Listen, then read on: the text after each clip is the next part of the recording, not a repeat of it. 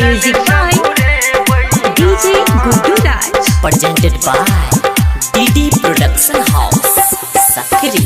कुछ रात कौआ आंगनमा, फरकत नयनमा है जान, फरकत नयनमा, बुझबै सजना ओथिन ना, संगे मिल के दुनू परानी, अपन ललसा पूरे बहिना, संगे मिल के दुनू परानी, अपन ललसा पूरे बहिना, संगे मिल के दुनू परानी।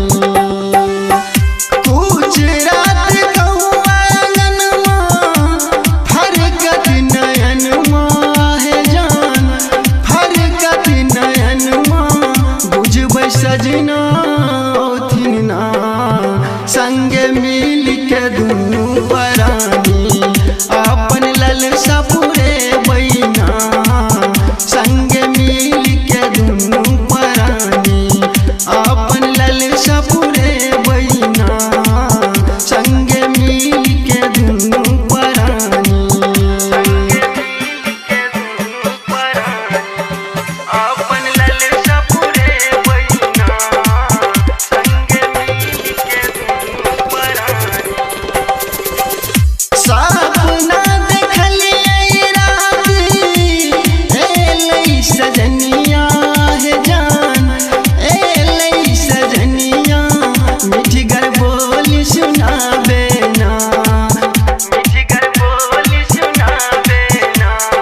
ओ सपना देखलियै रात, एलै सजनिया है जान, एलै सजनिया, मिठगर बोली सुनाबे ना, अब नहीं रहल जेतै बहरवा, हम त घरवा बहिना, संगे मिल के दुनू परानी, अपन ललसा पूरे बहिना, संगे मिल के दुनू परानी, संगे मिल के दुनू परानी, अपन ललसा पूरे बहिना, संगे मिल के दुनू परानी।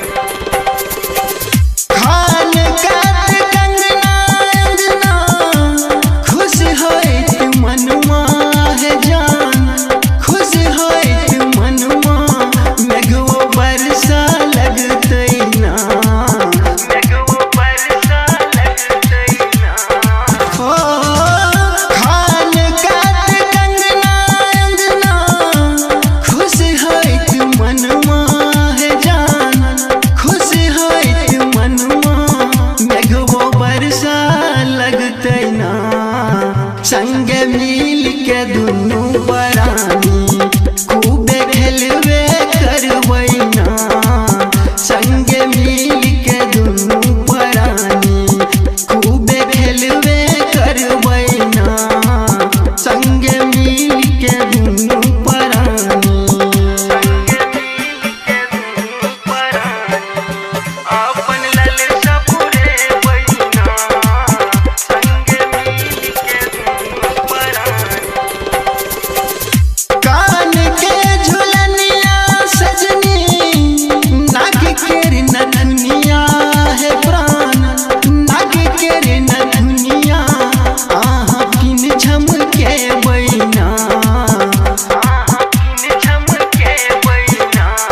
ओ कान के झुलनिया सजनी, नाक केर नथुनिया है प्राण, नाक केर नथुनिया, आहा पिन झमके बहिना, संगे